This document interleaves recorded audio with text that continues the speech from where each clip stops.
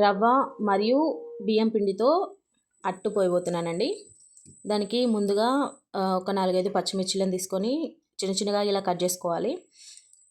Cut చేసుకున్న తర్వాత ఒక ఆనియన్ తీసుకొని ఇట్లా పొడవుగా అయినా పర్లేదు, చిన్నగా అయినా పర్లేదు, అడ్డంగా చిన్నగా కట్ చేసినా పర్లేదు, మీకు నచ్చిన విధంగా ఎలాగైనా చేసుకోవచ్చు. ఇలా కట్ చేసుకొని కొత్తిమీర తరిగి పెట్టుకొని ఒక బౌల్లో కొంచెం ఒక 3 కప్పుల బియ్యం పిండి, 1 కప్పు రవ్వ వేసుకొని దానిలో తగినంత ఉప్పు వేసుకొని మంచిగా మిక్సీ వేసుకున్న తర్వాత వాటర్ పోసుకుంటూ కలుపుకుంటూ ఉండాలి. ఇలా నేను వీడియోలో చూపించిన విధంగా ఇలా కలుపుతూ ఉండాలి. ఉండలు లేకుండా నీట్గా కలుపుకోవాలి. వాటర్ కన్సిస్టెన్సీ వచ్చేంత వరకు ఇలా కలుపుతూనే ఉండాలి.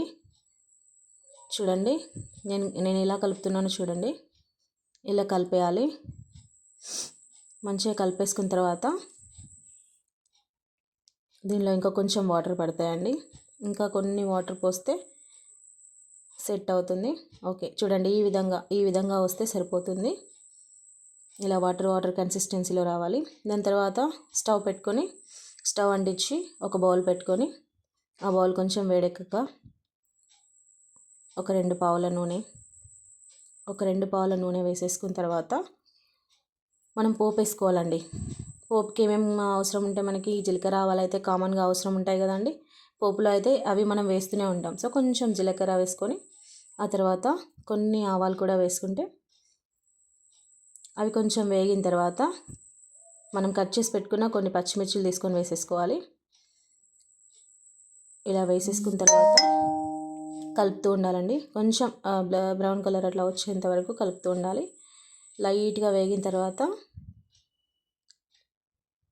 లైట్గా వేగిన తర్వాత ఏం చేయాలి, ఒకసారి మళ్ళీ కలుపుతున్నాను చూడండి.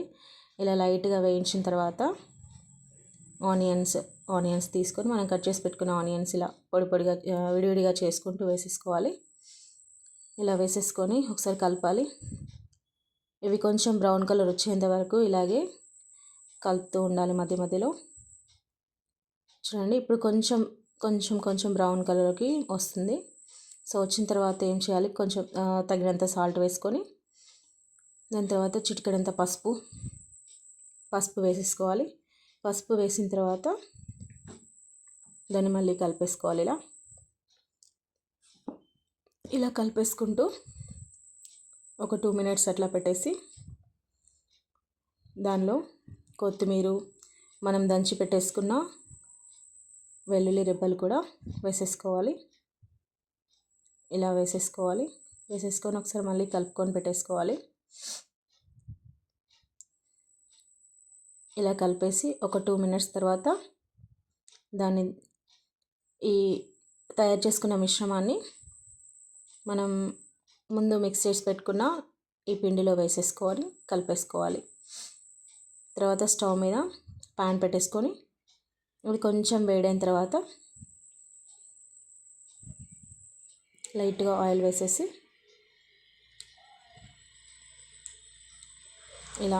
ఇలా కలిపేసుకొని ఒక గ్లాస్ తీసుకొని ఆ గ్లాస్తో సన్నగా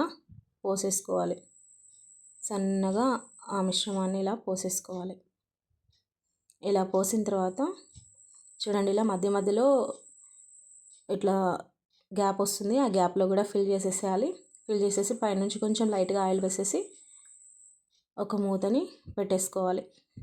దీనిపైన ఒక మూతని పెట్టేసుకున్న తర్వాత ఒక 2 minutes అట్లా ఉంచేసి 2 minutes తర్వాత సిమ్లో పెట్టేసుకోవాలి. ఇది ఒక 2 minutes తర్వాత చూస్తే మధ్యలో అయితే బాగా కాలిపోతుంది, బట్ సైడ్లో కొంచెం కాలదు కాబట్టి ఇట్లా సైడ్లో కాలేటట్టు అటు ఇటు కదుపుతూ ఉండాలి.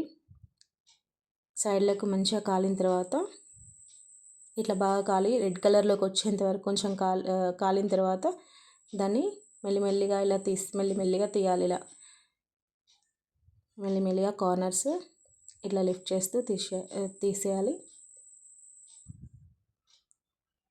ఇట్లా ఒక లేయర్ లాగా వేసి దాన్ని ఇలా తీసి మళ్ళీ దాన్ని తిప్పేసి ఇంకో సైడ్ కూడా కాల్చేసుకోవాలి. కాల్చిన తర్వాత చూసేసుకోవాలి, దాన్ని అది ఎలా కాలిందో లేదో చూసుకోవాలి. కొంచెం బ్రౌన్ కలర్ కాలిన తర్వాత తీసేసుకొని సర్వ్ చేసుకుంటే రెడీ.